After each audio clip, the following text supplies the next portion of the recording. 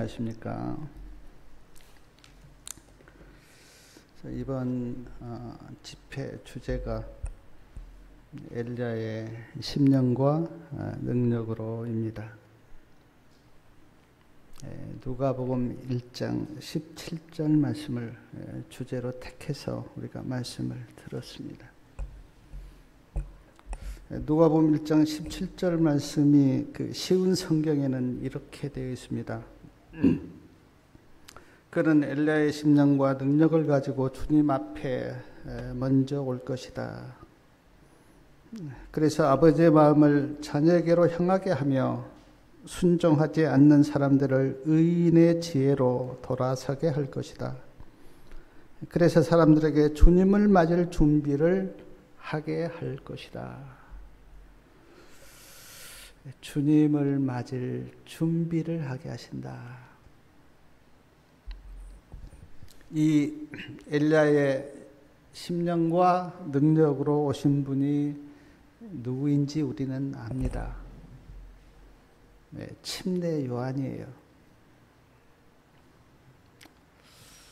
제가 성경을 보니까 성경에 엘리야가 세 분이 나오는데 열왕기상 17장에 나온 선지자 엘리야, 우리가 너무나 잘 아는 엘리야입니다.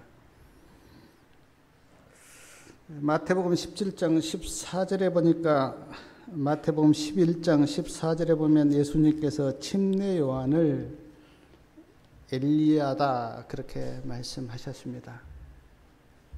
마태복음 11장 14절에 그런 말씀이 있어요. 또 하나 엘리야가 성경에 나오는데 말라기 4장 5절에 보면 여호와의 크고 두려운 날이 이르기 전에 내가 선지 엘리야를 너희에게 보내겠다 그렇게 예언하셨습니다. 물론 이 엘리야를 침례 요한이라고 그렇게 보신 분도 계시지만 여기 보면 여호와의 크고 두려운 날이 이르기 전에 그렇게 말씀하셨고, 우리는 이 여호와의 크고 두려운 날을 예수님의 재림으로 봅니다. 그러므로 예수님께서 재림하시기 전에 또 다른 엘리야가 온다는 말씀으로 우리는 그렇게 해석을 합니다. 이 엘리야가 누구인가? 교회증언 3권 62페이지에 보니까 이런 말씀이 있는데, 다시 오시는 예수님의 길을 예비하는 자들은 침례 요한과 같이 엘리야로 대표되어 있다. 다시 오시는 예수님의 길을 예비하는 자들. 그러므로 마지막 때에 살고 있는 재림 성도들, 그들을 엘리야로 나타내고 있다는 겁니다. 그러므로 사랑하는 여러분, 오늘 우리가 다 엘리야들이에요. 그런 의미에서 저는 엘리야의 심령과 능력으로라는 이 말씀을 좀 생각해 보려고 해요.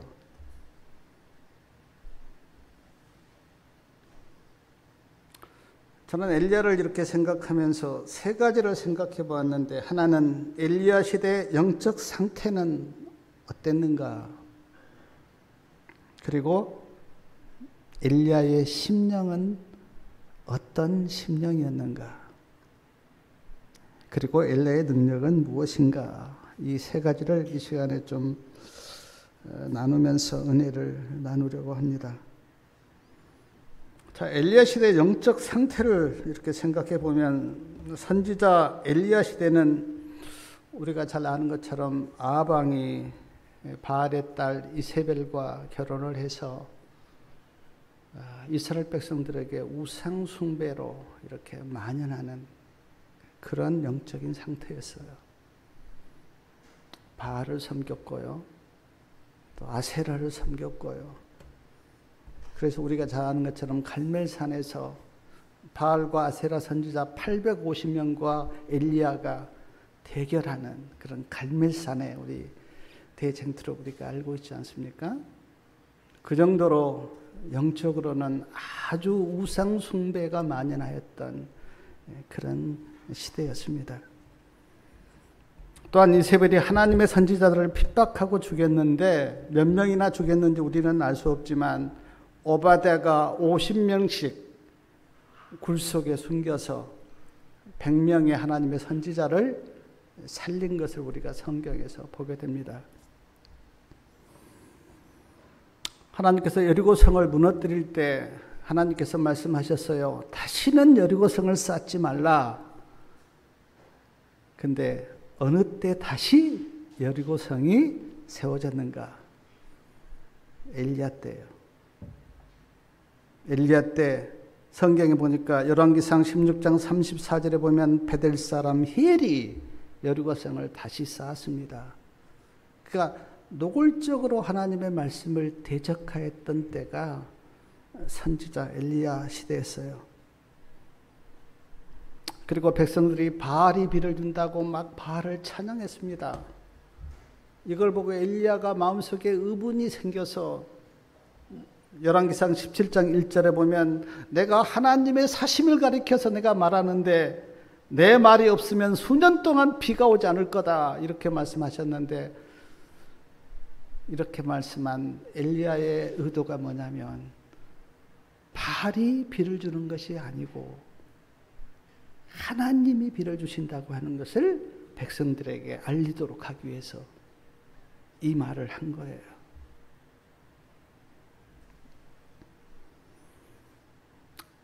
엘리야 시대는 영적으로 아주 타락하고 하나님을 대적하고 우상을 숭배한 그런 시대였다는 것을 우리가 알게 됩니다.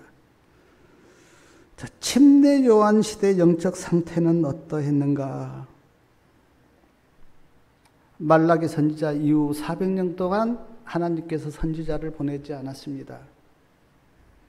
왜 하나님께서 400년 동안 선지자를 보내지 않았는가?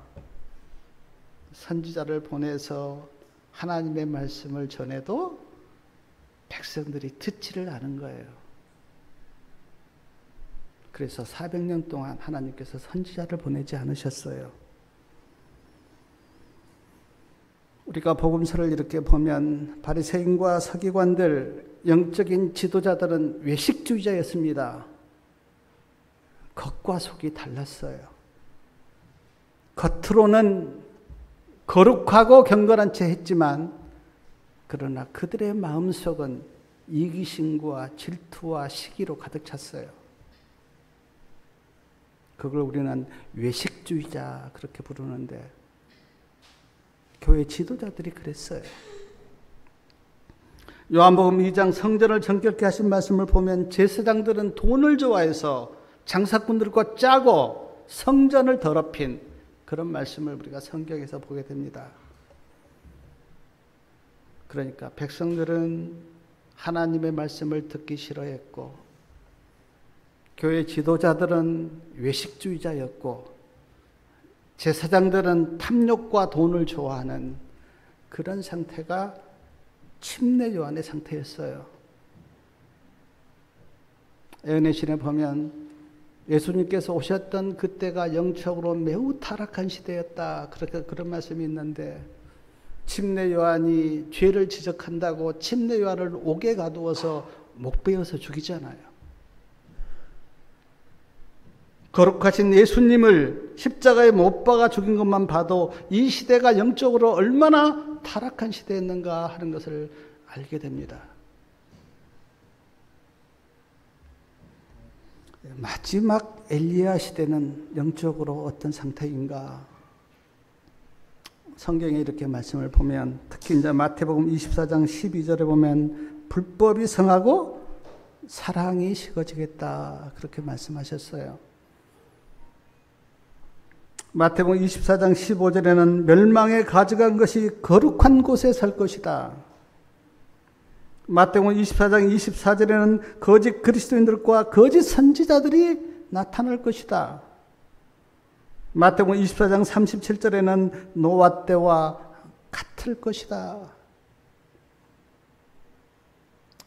지금 이렇지 않습니까? 베드로후서 3장 3절과 4절에는 예수님의 오신다는 약속이 어디 있느냐? 창조할 때와 같이 만물이 그대로 있다고 예수님의 재림을 기다리는 그리스도인들을 조롱하는, 요즘 아마 사람들을 만나서 예수님이 오신대요 라고 이야기하면 그들이 다 조롱할 겁니다. 만물이 그대로 있는데 예수님의 재림이 무슨 말이냐? 디모데후서 3장 1절과 2절에 보면 말세에는 사람들이 자기를 사랑하며 돈을 사랑하며 자긍하며 교만하며 회방하며 감사치 아니하며 거룩하지 아니하며 무정하며 원통함을 풀지 아니하며 참소하며 절제하지 못하며 사나우며 선한 것을 좋아하지 아니하며 조급하며 자고하며 쾌락을 사랑한다고 그렇게 말씀하셨는데 말세예요. 지금 사람들의 모습이 이렇습니다. 인내하지 못해요. 자고해요. 쾌락을 사랑해요. 감사가 없어요. 데살로니가 후서 2장 3절과 4절에 보면 배도하는 일이 있고 불법의 사람이 나타나서 자기를 하나님이라 그렇게 한다고 하였는데 지금 이런 일이 일어나고 있어요. 제가 옛날에 들었는데 내가 하나님이라고 한 사람이 한국에도 30명인가 있대요. 요한계시록 3장에 보면 라오디게 보내는 기만에 빠져 스스로 자신을 속이고 영적으로 차지도 않고 덥지도 않으며 예수님을 문 밖에 세워둔다 했는데 지금 사람들의 영적 상태가 이렇습니다. 차지도 않고 뜨겁지도 않아요. 차면 자기가 죄인지를 알 텐데 차지도 않아요. 그리고 성령의 뜨거움도 없어요. 그걸 성경에는 뜨뜻미지근하다 그렇게 표현했는데 마지막 교회의 사람들의 영적인 상태가 이렇다고 성경에는 이야기합니다. 사랑하는 여러분, 지금 영적으로 어떤 상태인지 영적인 눈을 떠서 볼 수 있기를 바랍니다. 그래야 뭔가 느끼는 게 있고 느껴야 고칠 수가 있잖아요. 시대를 분별하지 못하고 자신의 상태를 보지 못하면 무슨 희망이 있겠습니까? 그 다음 엘리야의 심령에 대해서 좀 생각을 해보면 열왕기상 120페이지에 선지자의 왕 120페이지에 엘리야의 심령이 이렇게 기록되어 있습니다. 이스라엘의 배도를 바라본 엘리야는 슬픔을 억제할 수 없었다. 엘리야는 괴로운 마음으로 그들의 죄를 보고 하나님께 돌아오라고 간청하였다. 엘리야의 심령이 이스라엘 백성들의 배도를 바라보고 슬펐다는 겁니다. 하나님이 택한 하나님의 백성들이 우상에 빠져서 우상을 찬양하는 것을 보고 엘리야의 마음이 슬펐다는 거예요. 그래서 괴로운 마음으로 그들의 죄를 보고 하나님께 돌아오라고 간청했다는 거예요. 하나님께 돌아오라고. 저는 엘리야의 생애를 이렇게 보면서 갈멜산에서 하늘에서 불이 내려온 그런 놀라운 기적을 베풀었는데 백성들이 움직이지 않는 걸 보고 엘리야는 아마 절망했을 것 같아요. 그래서 그 다음에 그 이세벨의 내가 너를 죽이겠다고 하는 말 듣고 도망가서 엘리야가 낭망에 빠지는 것을 우리가 보지 않아요.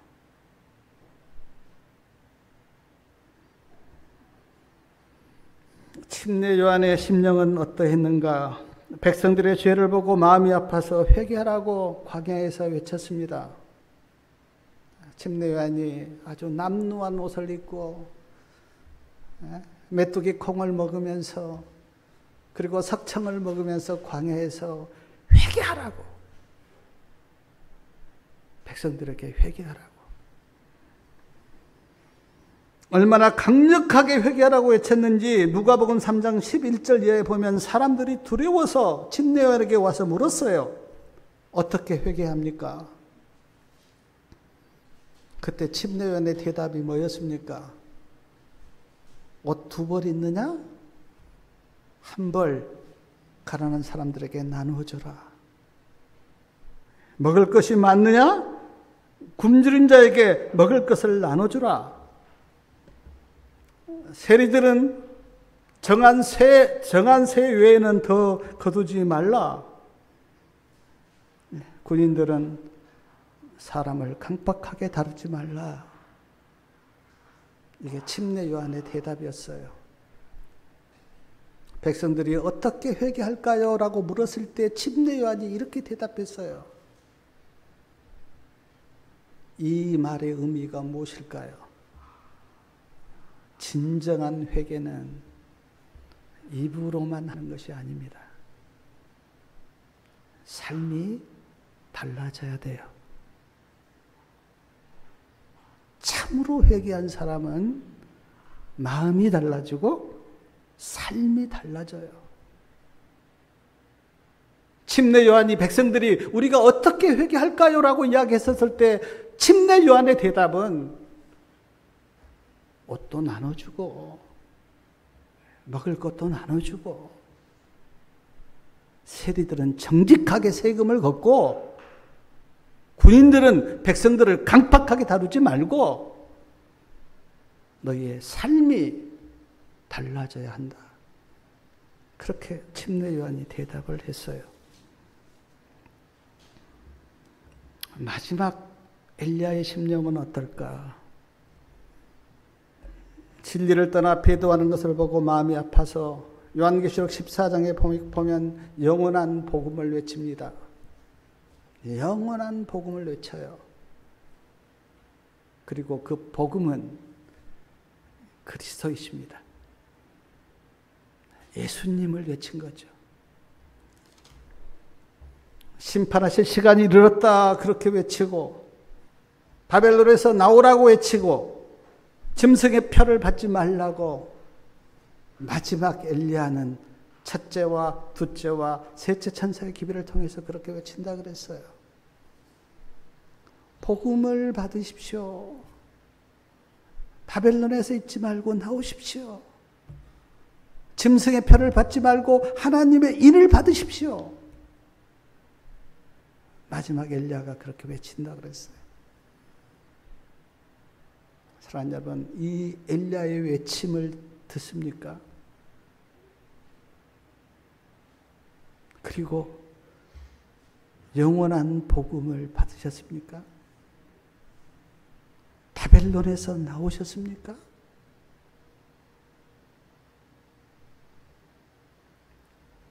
계시록 18장 4절에는 내 백성아 거기서 나와 그의 죄에 참여하지 말고 그의 받을 재앙들을 받지 말라 그렇게 외칩니다. 계시록 18장 천사의 외침이에요. 내 백성아 거기서 나오라. 거기에 있으면 하나님의 진노가 임하고 재앙이 임하니까 그들의 죄에 참여하지 말고 그의 받을 재앙들을 받지 말라고 계시록 18장 천사가 외쳤어요. 우리가 성경에서 이 외침을 마지막 외침이라 그렇게 듣는데 이것도 우리가 가슴으로 들어야 합니다. 오늘 내 마음이 어디에 있는가? 예수님 안에 있는가? 아니면 세상 가운데 있는가? 에스겔 9장 4절에 보니까 인치는 천사가 울며 탄식하는 자 이마에 인을 친다 그렇게 말씀하셨는데 왜 울며 탄식합니까? 에스겔 8장에 그 장면이 자세히 나와요. 하나님의 백성들이 성전에서 우상을 숭배합니다. 우상에게 절을 해요. 담무스에게 절을 하고 막 우상에다 여러 가지 성전에다가 우상을 세워놓고 그걸 찬양하는 걸 보고 울며 탄식하는 거예요. 저는 이 울며 탄식하는 이 마음이 눈물의 선지자 에레미야 선지자의 마음이다. 저는 그렇게 봐요. 에레미야 선지자가 막 기별을 외치니까 백성들이 막 핍박하고 거절합니다. 그걸 보고 우시는 거예요. 어떻게 할 수가 없으니까 눈물을 흘리는 거예요. 울며 탄식하는 이 마음이 예루살렘 성을 보시고 우시는 예수님의 마음인데 누가복음 19장 42절에 보면 예수님이 우시면서 이런 말씀을 하셨어요. 너도 오늘날 평화에 관한 일을 알았다면 좋을 뻔하였는데 지금 내가 모르고 있구나. 평화에 관한 일. 예수 믿으면 구원받고 하나님의 나라에 들어가는 그 평화에 관한 일을 알았다면 좋을 뻔했는데 내가 모르고 있구나. 그래서 예수님의 마음에서 눈물이 나는 거예요. 그걸 모르니까. 누가복음 13장 34절에는 예루살렘아 예루살렘아 선지자들을 죽이고 내게 파송된 자들을 돌로 치는 자여 암탉이 제 새끼를 날개 아래 모은 같이 내가 너희의 자녀를 몇 번이나 모으려고 했느냐. 그러나 너희가 원하지 않았다. 저는 예수님의 마음을 조금 아는데 암탉이 제 새끼를 날개 아래 모으려고 몇 번이나 그렇게 했는데 너희가 원하지 않았다고 하는 이 말씀을 하실 때 어찌 눈물이 안 나오겠어요? 자녀들을 어떻게든 구원해 보려고 부모가 이런 노력 저런 노력 다 해보는데 자녀들이 예수님을 안 믿을 때 이런 심령으로 지금 예수님께서 우시면서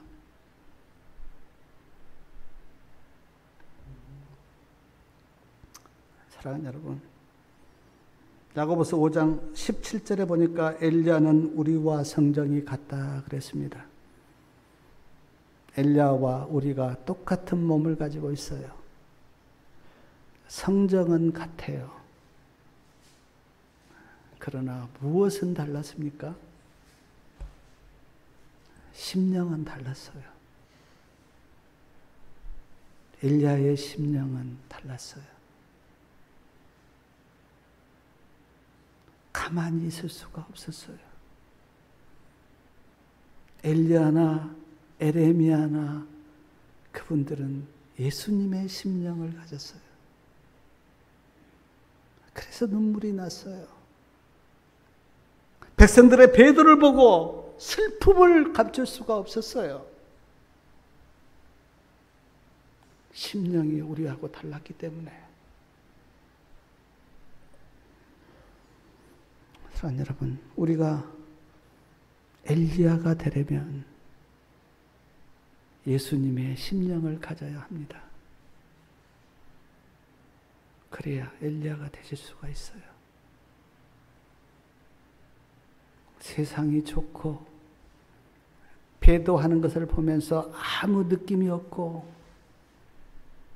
세상 사람들과 짝하고 살면서는 이런 엘리야의 심령을 가질 수가 없고 예수님의 심령을 가질 수가 없어요. 우리는 그들을 보면서 울며 탄식하는 그런 마음이 될 때 우리 마음속에서도 눈물이 흐를 것이고 그 눈물을 흘리는 그 백성들에게 하나님께서는 너는 내 백성이야 라고 일을 친다 그렇게 말씀하셨어요. 심령은 달라야 돼요. 예수님의 심령을 품기를 바랍니다. 엘리야의 능력에 대해서 생각해 보면 엘리야 선지자가 기도하니까 하늘에서 불이 내려왔습니다. 엘리야 선지자가 기도하니까 3년 6개월 동안 비가 오지 않았습니다. 그런데 엘리야가 기도할 때 비가 내렸어요. 사르밧 과부 집에서는 빌려온 그릇에 가루와 기름이 채워지는 기적을 베풀었고, 열왕기상 17장 22절에 보면 기도하니까 죽은 아이가 살아났어요. 물론 엘리야가 이런 기적을 행한 건 아니죠. 엘리야 안에서 하나님이 행하셨죠. 그러나 엘리야는 그 하나님을 붙들었고 그 하나님의 놀라운 능력으로 이런 놀라운 일들이 일어났어요. 침례 요한의 능력은 예수님을 가리키면서 세상 죄를 지고 가는 하나님의 어린 양이라고 그렇게 증거했습니다. 침례 요한의 증거를 듣고 많은 사람이 예수님께 왔는데, 그래서 성경에는 침례 요한이 예수님의 초림의 길을 예비했다, 그렇게 성경에는 말씀하고 있습니다. 또한 침례 요한은 천국이 가까이 왔다 그렇게 외쳤는데, 이 천국은 은혜의 천국을 말합니다. 예수님 안에서 은혜의 천국이 시작됐어요. 우리 성도님들은 그 은혜의 천국에 들어가셨나요? 은혜의 천국에서 안식과 평강을 누리고 계십니까? 많은 사람들이 예수님을 믿으면서도 이 은혜의 천국에서 살지를 않아요. 안식도 못 누리고 평강도 못 누려요.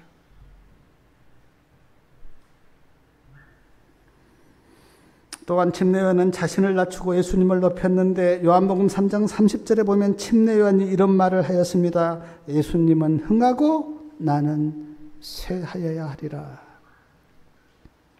누가복음 3장 16절에는 나는 예수님 신발끈을 풀기도 감당할 수 없다.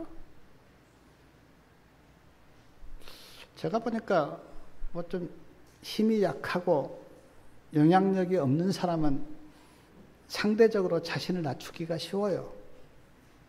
뭐 힘이 없으니까요. 그러나 영향력이 있고 많은 사람에게 어떤 그 칭송을 받는 사람은 자신을 낮추기가 참 쉽지 않습니다. 그런데 이때 침례 요한은요, 많은 사람들로부터 칭송을 받고 있었어요.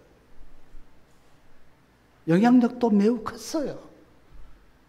그런 침례 요한이 참 나는 예수님 신발끈을 풀기도 감당할 수 없는 그런 사람이라고, 예수님은 흥하고 나는 쇠하여진다고 자신을 낮춘 걸 보면 참 침례 요한은 진짜 겸손한 사람이에요. 제가 이렇게 신앙을 하면서 얼마나 많이 듣는 말씀이 뭐냐면, 뭐 겸손하라, 자기 자신을 낮추라, 이런 말을 참 많이 듣잖아요. 잘 됩니까? 잘 안 됩니다. 본능적으로 우리는 사람들에게 인정받고 싶어 하고 자신을 높이고 싶어 해요. 그래서 성경에 제가 이렇게 보니까, 야고보서 4장 6절에 보니까 하나님이 교만한 자를 물리치시고 겸손한 자에게 은혜를 주신다. 야고보서 4장 10절에 주 앞에서 낮추라, 그리하면 주께서 너희를 높이시리라. 마태복음 18장 4절에 자기를 낮추는 그이가 천국에서는 큰 자니라. 이런 말씀이 성경에 있어요. 나를 낮추는 자가 하늘에서는 큰 자래요. 주 앞에서 너를 낮추라, 그리하면 주께서 너를 높이시리라. 사랑 여러분, 침례 요한처럼 자신을 낮추고 겸손하시기 바랍니다. 그러면 하나님이 그를 높여주세요. 천국에서 그를 높여주세요. 우리가 예수님을 본받는 것이 뭐냐면, 우리도 주님처럼 겸손해야 되겠다. 얼마나 예수님이 겸손하셨으면 자기 제자들의 발을 씻겨주겠어요. 침례 요한처럼 우리도 겸손해야 되겠다. 마지막 엘리야의 능력은 큰 외침을 한다 그럽니다. 죄를 이기고 하나님의 법을 지키고 예수님의 품성을 마지막 엘리야는 담는다. 그렇게 우리가 배웠어요. 자, 죄를 이긴다. 하나님의 법을 지킨다.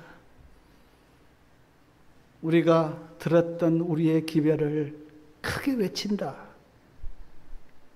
예수님의 품성을 담는다. 참 너무나 좋은 말씀인데 어떻게 우리가 이 말씀을 이룰 것인가? 우리의 힘으로는 안 된다는 것을 우리는 다 경험해 봐서 압니다. 어떻게 이룰 것인가? 제가 볼 때 예수님의 의로 충만해야 돼요. 우리의 심령이 하나님의 은혜로 젖어야 돼요. 내가 살지 않고 내 안에서 예수님이 사셔야 돼요. 사랑하는 여러분, 어떻게 내가 살지 않고 내 안에서 예수님이 사실까요? 노력한다고 되는 것도 아니고 내 의지로 되는 것도 아니고 내가 결심하고 각오한다고 되는 것도 아닌데 내가 어떻게 내 안에서 내 교만이 죽고 내 의의가 죽고 예수님이 사실 수가 있을까요? 제가 성경에서 얻은 결론은 이겁니다. 나는 예수님 안에서 십자가에서 죽었어. 갈라디아서 2장 20절 말씀을 내가 믿는 거예요. 나는 죽었어. 내 옛사람은 죽었어. 내 교만이, 내 자아가, 내 질투와 내 시기가 예수님의 십자가에 못 박혀 죽었어 라고 믿는 거예요. 그 말씀을 내가 믿는 거예요. 내 의지로 죽으려고 노력하는 것이 아니라 나는 죽었다고 하는 그 말씀을 내가 받아들이고 믿는 거예요. 나는 죽었어. 교만이 나타나려고 할 때 내가 그 말씀을 붙잡는 거예요. 믿으면 믿음대로 될 겁니다. 안 믿으면, 믿지 못하면 또 그렇게 될 거예요. 제가 너무나 신앙하면서 그 어떤 부분이 안 돼서 어떻게 막 노력해봐도 안 되고 결심을 해도 안 되고 그래서 내가 성경을 다시 보면서 죽었다는 말씀을 찾아봤는데 여러 곳에 침례를 이야기할 때도 너는 물속에 죽었어. 십자가를 이야기할 때도 너는 죽었어. 부활을 이야기할 때도 너는 죽고 다시 사는 것이야. 그러면서 제가 내 노력을 그치고 그 말씀을 믿기를 시작해 봤어요. 그래, 나는 죽었지. 안 될 때도 있습니다. 그러나 안 될 때는 다시 회개했어요. 나는 죽었다 그랬는데 내가 살아서 내 교만과 내 의의를 나타냈는데 하나님 죄송합니다. 나는 죽었다고 하는 그 말씀을 내가 다시 붙들고 믿겠습니다. 라고 했을 때 많은 부분에서 있어서 내 의의와 내 교만이 나타나지 않는 걸 저는 경험했어요. 사랑하는 여러분, 죄를 어떻게 이길 겁니까? 어떻게 예수님의 품성을 닮을 겁니까? 어떻게 믿음으로 살 겁니까? 우리가 스스로 노력으로 안 된다고 하는 것을 다 경험했잖아요. 그럼 어떻게 할 겁니까? 성경에서 해답을 주는 그 말씀을 붙들기를 바랍니다.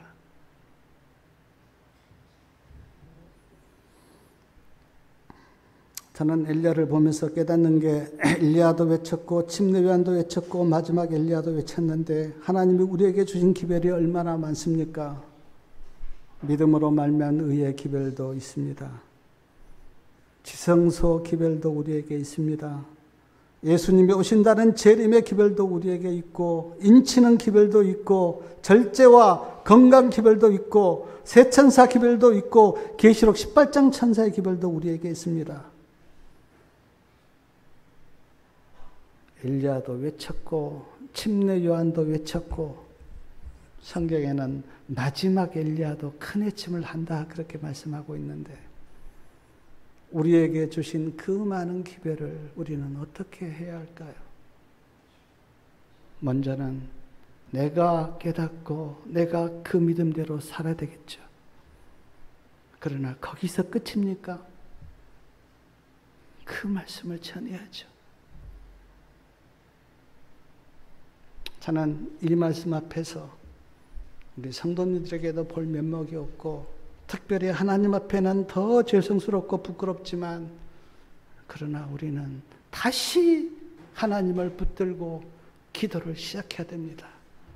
하나님 나에게 힘과 능력을 더하셔서 침례 요한처럼 엘리야처럼 기별을 외치게 도와달라고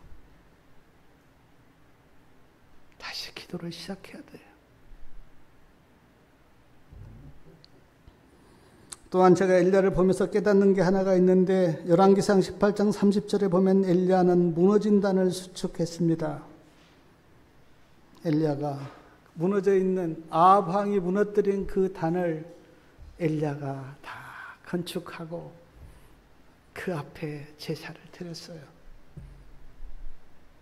이사야 58장 12절에 보니까 무너진 데를 수부하는 자라는 그런 말씀이 있고 성경주석 4권 1151페이지에 보니까 그들의 이름은 하늘에 수고하는 사람들로 적혀 있다 이런 말씀도 있어요.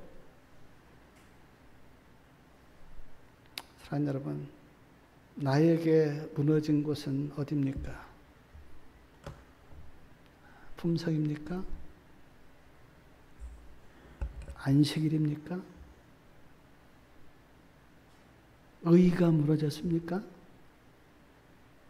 하나님의 법이 무너졌습니까? 나에게 무너진 것은 어디예요? 우리 교회에 무너진 것은 어디입니까? 안식일이 무너졌다면 우리가 안식일을 다시 세워야 되고 하나님의 법이 무너졌다면 하나님의 법을 다시 세워야 하고 믿음이 무너졌다면 믿음을 다시 세워야 하고 의가 무너졌다면 의를 다시 세워야 합니다. 엘리야의 사명은 무너진 곳을 세우는 거예요. 저는 요즘 여러 가지 부족하지만 특별히 내 안에 무너진 하나님의 품성들 그것들에 대해서 저는 관심이 많습니다. 갈라디아서 5장에 나와 있는 성령의 9가지 열매를 생각하면서 그 성령의 열매들이 나에게 열리도록 저는 기도하고 있어요.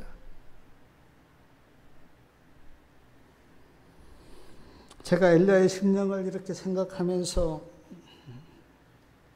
생각났던 한 분이 있는데 한국 컴패션 대표 서정인 목사님에 대해서 생각이 났습니다. 제가 이분을 본 적은 없어요. 근데 그 새롭게 하소서인가요? 거기에서 그분이 이제 45분 동안 간증을 했어요. 그리고 컴패션이 무슨 일을 하는지도 저는 잘 모릅니다. 근데 이분이 했던 한마디가 제 마음에 간직되어 있어서 제가 이제 오늘 말씀을 드리고 싶은데 이 서정인 목사님은 어렸을 때 부모를 따라서 미국으로 이민을 갔습니다. 거기서 중학교를 다니고 고등학교를 다녔는데 굉장히 갈등이 많았어요. 그리고 부모님이 하나님을 믿었기 때문에 자기도 하나님을 믿기는 했지만 도저히 믿음으로 살 수가 없어서 거기에서 굉장히 방황을 많이 했습니다. 그리고 이제 대학교에 갔는데 대학교 방학 때 이분이 이제 마음에 결심을 한 거예요. 내가 더 이상은 지체할 수가 없고 내가 하나님을 만나야겠다라고 생각하고 로마서를 읽기를 시작했어요. 근데 로마서 4장에 아브라함 이야기를 이렇게 읽으면서 마음에 큰 깨달음이 있었어요. 아, 아브라함이 하나님을 이렇게 만났구나라고 생각하면서 그분의 신앙이 완전히 바뀌게 되었어요. 그리고는 나머지 대학 생활을 아주 믿음으로 기쁨 가운데서 잘 했습니다. 그리고 이제 학교를 졸업했어요. 어디에 취직을 할까 여기저기 알아보고 있는 가운데 컴패션에서 연락이 온 겁니다. 만나자고. 그래서 컴패션이 뭔지도 모르고 그냥 만나러 갔어요. 근데 컴패션 그 책임자가 이런 이야기를 하는 겁니다. 컴패션이 한국 6.25 전쟁으로 말미암아 한국의 어린아이들이 길에서 다 굶어 죽어가는 것을 보고 한국의 어린아이를 돕기 위해서 컴패션이 설립이 됐다고. 근데 그 어린아이들이 자라서 한국에 많이 있는데 그 아이들이 우리도 이 컴패션의 도움을 받고 이렇게 잘 자라서 우리가 성인이 되었고 이렇게 살만하니까 이제 우리도 컴패션을 통해서 불쌍한 아이들을 돕고 싶다고. 그 아이들이 수백 명이 이제 그 성인이 되어서 수백 명이 모여서 한국에 컴패션 지부를 만들어 달라고 요청을 하는데 그 지부의 책임자로 가달라고 그렇게 요청을 한 거예요. 서정희 목사님이 그 요청을 듣고 이제 마음에 감동이 된 게 그 컴패션이 한국의 6.25 동란으로 6.25 전쟁으로 길가에 버려진 그 아이들을 돕는 그것으로 설립됐다고 하는 말에 감동이 되어서 내가 그러겠다고, 내가 컴패션에서 일을 하겠다고 그렇게 했어요. 그리고 이제 컴패션에서 일을 하는데 여러 이야기를 했습니다. 골수 이식을 해준 이야기, 또 어떤 불쌍한 아이들을 도왔는데 그 아이들이 자라서 또 다른 아이들을 도운 이야기, 아프리카, 그 필리핀 저런 데 가서 불쌍한 아이들을 도와서 그들을 잘 돌봐준 이야기를 이렇게 하면서 그분이 마지막으로 했던 한마디가 있었어요. 내가 컴패션을 도운 것이 아니라 컴패션이 나를 도왔습니다. 왜 그런가? 불쌍한 어린아이들을 돌보면서 나는 예수님의 눈물을 보았습니다. 예수님의 눈물을 보고 내가 변했습니다. 불쌍한 사람들의 그 모습에서 뭐를 받는가? 예수님의 눈물을 보았다는 거예요. 저는 그 한마디가 내 마음을 때렸어요. 나도 하나님을 믿고 있는데 어떤 거지나 어떤 불쌍한 사람이나 어린 그 고통 가운데 있는 어린 아이들을 보면서 그 속에서 눈물을 흘리시는 예수님의 눈물을 나는 보았는가? 저는 그렇게 생각한 적 없었습니다. 내가 그들 좀 도와야지. 그런 마음은 수없이 가졌지만, 그러나 그들을 보고 울고 계시는 예수님의 눈물을 저는 본 적은 없어요. 제가 그 간증을 듣고 그 다음부터 내 마음이 많이 달라졌어요. 나도 아픈 그 사람 속에서 눈물을 흘리고 계시는 예수님의 눈물을 볼 수만 있다면 나도 참 좋을 텐데, 나에게는 그런 마음이 있는가? 저는 엘리야의 심령과 능력이라고 하는 이 주제를 제가 생각하면서 나는 여러 가지 생각을 해요.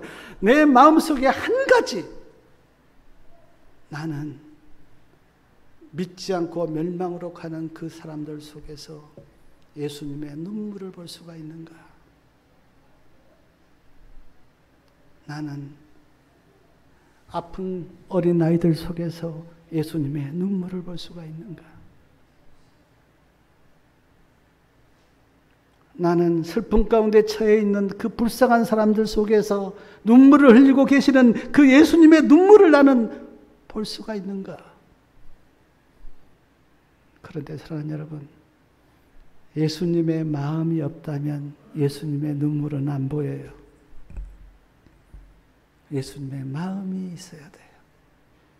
그러면 예루살렘을 향하여 울고 계시는 예수님의 눈물이 보여요. 그래서 제가 저와 우리 성도님들에게 간절하게 호소드리고 싶은 게 뭐냐면, 우리는 침례 요한이 흘리는 그 눈물, 엘리야가 이스라엘 백성들의 배도를 보면서 흘렸던 그 눈물, 예수님이 예루살렘 성을 보시면서 우시는 그 눈물이 우리에게는 있는가?